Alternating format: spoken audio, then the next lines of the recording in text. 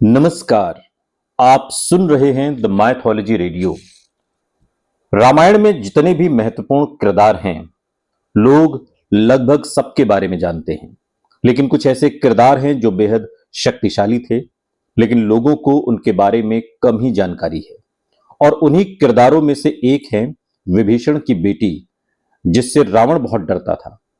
उसने कभी भी विभीषण की बेटी से टक्कर लेने का दुस्साहस नहीं किया। लेकिन ऐसा क्यों? साथ में यह भी सवाल है कि अगर विभीषण की बेटी इतनी प्रभावशाली या शक्तिशाली थी, तो रामायण में उसका जिक्र क्यों नहीं मिलता? चलिए आज के इस पॉडकास्ट में इन सवालों के जवाब ढूंढते हैं।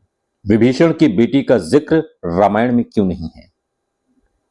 रामायण में विभीषण की बेटी का जिक्र है, लेकिन बहुत थोड़ा सा, और वो भी केवल उस समय जब रावण ने माता सीता का अपहरण कर उन्हें अशोक वाटिका में रखा था।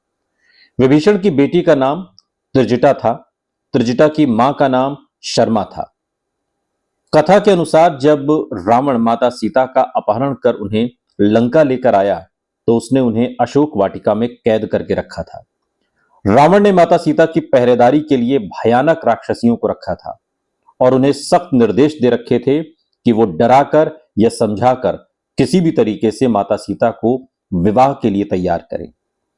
जब सभी राक्षसियों ने माता सीता को डराना शुरू किया, विवाह के लिए वो जोर डालती, तो उस समय त्रिजटा ने ही न केवल माता सीता को इन परेशानियों से बचाया, बल्कि उसने राक्षसियों को भविष्य के लिए आगाह भी किया कि वे माता सीता के साथ ऐसा दुर्व्यवहार न करें।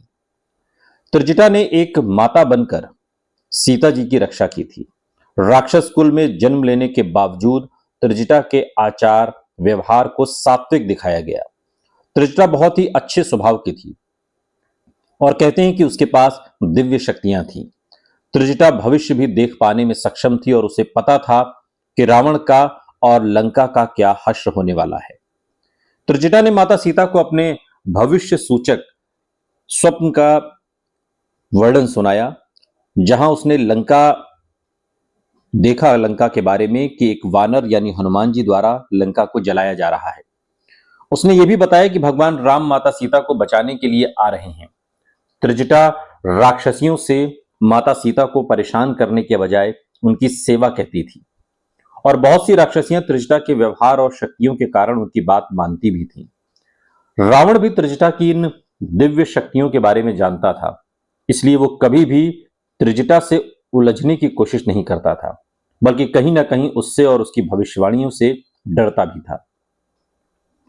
वाराणसी में त्रिजटा का एक मंदिर है और मान्यता है कि जब त्रिजटा लंका से माता सीता के साथ पुष्पक विमान से अयोध्या जा रही थीं, तो माता सीता ने उनसे कहा कि अयोध्या में त्रिजटा को राक्षसी होने के कारण जाने की अनुमति नहीं मिलेगी।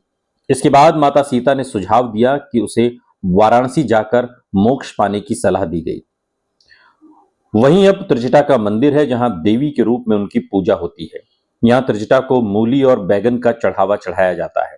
इसी तरह त्रिजटा का एक मंदिर उज्जैन में भी है, जो बालवीर हनुमान मंदिर परिसर में मौजूद है। सुनते रहिए द माइथोलॉजी रेडियो, सुनता है सारा इंडिया।